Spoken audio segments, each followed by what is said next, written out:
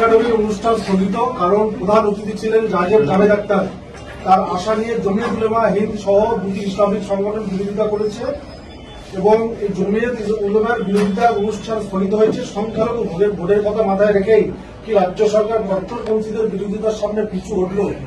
এই রাজ্য সরকার নিজেই কট্টরপন্থী এবং এরা সুরাবর্দীর যে অসম্পূর্ণ কাজ, সেই কাজ সম্পূর্ণ করার জন্য চেষ্টা চালাচ্ছে, করছে। স্বাভাবিকভাবে এটা বারে বারে প্রমাণিত। ভোট ব্যাংক, ধর্মীয় পরিচিতি ইত্যাদি দেখে হয়। এই যে কমপ্লিটলি বাংলা বাঙালি ইত্যাদি এসব চলছে এবং এই বিধানসভাতেও যে প্রস্তাব কাল আসবে, যা আজকে বিলি হয়েছে, এটা কাদের জন্য?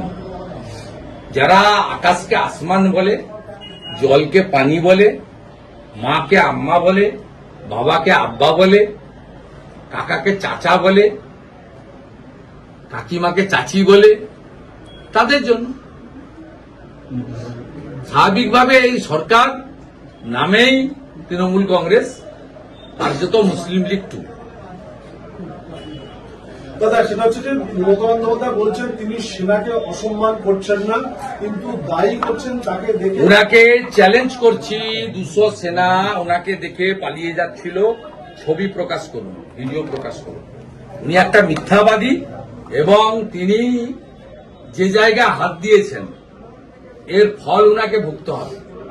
ইন্ডিয়ান আর্মি ভারতবর্ষের 140 কোটি মানুষের গৌরব, পৃথিবীর অন্যতম সর্বশ্রেষ্ঠ শক্তিমান ইন্ডিয়ান আর্মি। আপনি যে বলছেন 200 জন সেনা অফিসার এবং জওয়ান আমাকে দেখে পালাচ্ছে, আপনারা যাবেন না, আমি আপনাদেরকে নিয়ে গর্ব অনুভব করি। তো আপনি যে প্রথম অফেন্সিভ ল্যাঙ্গুয়েজটা দিয়েছেন, আমি ইতিমধ্যে এক্স হ্যান্ডেলে দিয়েছি এবং আমি ন্যাশনাল চ্যানেলকেও দিয়েছি। আমি রাজনাথ সিং, সিডিএস সহ সর্বস্তরে আমি জানিয়েছি যে এই কথাটা একজন রাষ্ট্রবিরোধী মানসিকতার লোক ছাড়া অন্য কেউ বলতে পারে না। Same Mamata Banerjee, Indian army জিন্দাবাদ। নির্মল ঘোষ তিনি মহিলা সাংবাদিকের দেহে স্পর্শ করছেন, তার বাড়িতে যখন যায় তার এটা নতুন নয়, এর আগে ফ্লাইং কিস দেওয়ার ছবি ভাইরাল হয়েছে ভিডিও কলে। এদের এই মানসিকতা, পরকীয়া মানসিকতা এবং নাতনির বয়সী, মেয়ের বয়সী কন্যাদের সঙ্গে এই ধরনের আচরণ, তো পার্থ চ্যাটার্জির অর্পিতার ঘটনা দিয়ে চোখের সামনে প্রমাণিত। তাতে একটা ঝাড়ে আলাদা বাঁশ হতে পারে না। মমতার পুরো ঝাড় সেম। এই ঝাড়ে পার্থও আছে, নান্টুও আছে। আপনি কলকাতায় বলেছেন যে বিধানসভায় 2 দিন যে অধিবেশন ডাকা হয়েছে, তার মধ্যে বিমান বন্দ্যোপাধ্যায় রাজ্য সরকারকে তাদের বিষয়টা বলে যে সর্বদলীয় একটা মিটিং ডাকা বিষয়টা নিয়ে। এবং আমি মনোজ পন্তকে চিঠি দিয়ে দিয়েছি যে আপনারা যদি অযোগ্য বাছাই করার কাজ শেষ করে থাকেন, যোগ্যদের পরীক্ষায় বসতে হবে না, চাকরি বহাল করুন। শঙ্কর ঘোষ স্পিকারকে চিঠি দিয়েছেন, সর্বদলীয় প্রস্তাব আনুন, যোগ্যদের আমরা চাকরি রাখতে চাই, যেহেতু অযোগ্যদের তালিকা প্রকাশিত হয়েছে। ও তালিকা ত্রুটিযুক্ত তালিকা, তবুও একটা তালিকা বেরিয়েছে। তার মানে বাকিরা যোগ্য,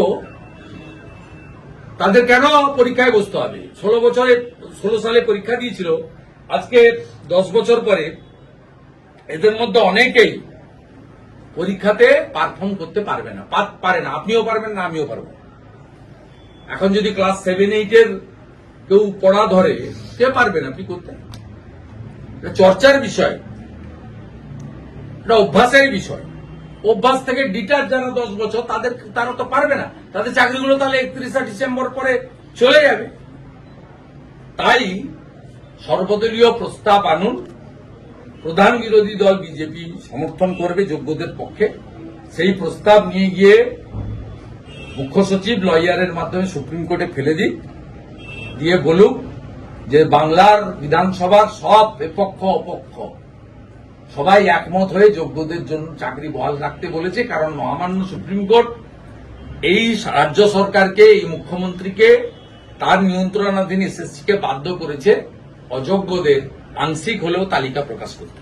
আপনি নিজে এলওপি, আপনি নিজে বিধানসভার অধ্যক্ষের কনস্টিটিউয়েন্সিতে বাড়িপুরে আছেন, তার প্রয়োজনে কি বিধানসভার অধ্যক্ষের সঙ্গে কি আপনি কথা বলবেন এই বিষয়টা নিয়ে? না না না, বিধানসভার অধ্যক্ষের হাতে কিছু থাকে না। ও মমতা ব্যানার্জি যা বলে তাই। মমতা ব্যানার্জি 4 তারিখে একটা কালচারাল প্রোগ্রাম আছে বিধানসভায়, সেখানে ইন্দ্রনীল সেনকে নিয়ে গান করবেন।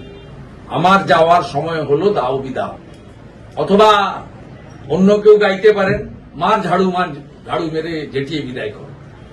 এইসব গানের জন্য তিনি ওই দিন বিধানসভা আসবেন, তাই তিনি একটু বক্তৃতা করবেন, ওনার ফেসবুক লাইভ হবে। বাংলা বিপন্ন, বাঙালি বিপন্ন, ভাষা বিপন্ন সব করবে। এগুলো সব মক, ছদ্মবেশ। আসল উদ্দেশ্য রোহিঙ্গার বাংলাদেশের মুসলমানকে খালা রাখতে চায়। যারা বাংলা ভাষায় কথা বলে 1946-এ কলকাতাতে 10,000 হিন্দুকে কেটেছিল, যারা নোয়াখালীতে লক্ষ্মী পুজোর দিন 15,000 হিন্দুকে কেটেছিল, আমার মা সহ 3 কোটি হিন্দু তদানীন্তন পূর্ব পাকিস্তান থেকে এক কাপড়ে পালিয়ে এসেছিল। যারা তাড়িয়েছিল তারা কিন্তু বাংলাতে কথা বলেই বাংলা ভাষীদের তাড়িয়েছিল, কারণ তারা সকলেই হিন্দু ধর্মের ছিল বলে। অযোগ্য যারা প্রার্থীরা নাম বেরিয়েছে তার মধ্যে দেখা গেল যে মেদিনীপুরে আছে 200 জন ওপরে বেশি। কি বলবেন? মেদিনীপুরে থাকা মানে কি?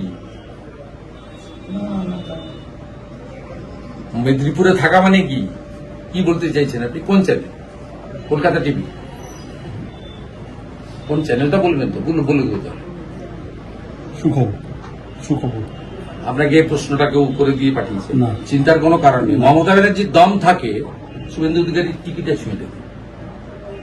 ঠিক আছে, আমার একটা আত্মীয় স্বজনের ছবি বের করে দেখুন। ডায়ে বাঁয়ে যারা ঘুরে বিজেপিতে আসার পরে, তৃণমূলে আমি যখন ছিলাম ডায়ে বাঁয়ে অনেক চোর ছিল, সে ছবি আছে। 20 সাল থেকে বিজেপিতে আমার সঙ্গেও তো কিছু ফলোয়ার্স কলিগরা এসেছে। একটা লোকের ক্লোজ রিলেশনের মধ্যে এই তালিকায় আছে, যদি বের করে দিতে পারেন আমি আনকন্ডিশনাল ক্ষমা চেয়ে দেব। আর আপনারা মনে হয় জানেন না, পার্থ চ্যাটার্জি আসার পরে 5টা রিজিওনাল এসএসসি তুলে দিয়ে বিকাশ ভবন থেকে নিয়োগগুলো হতো।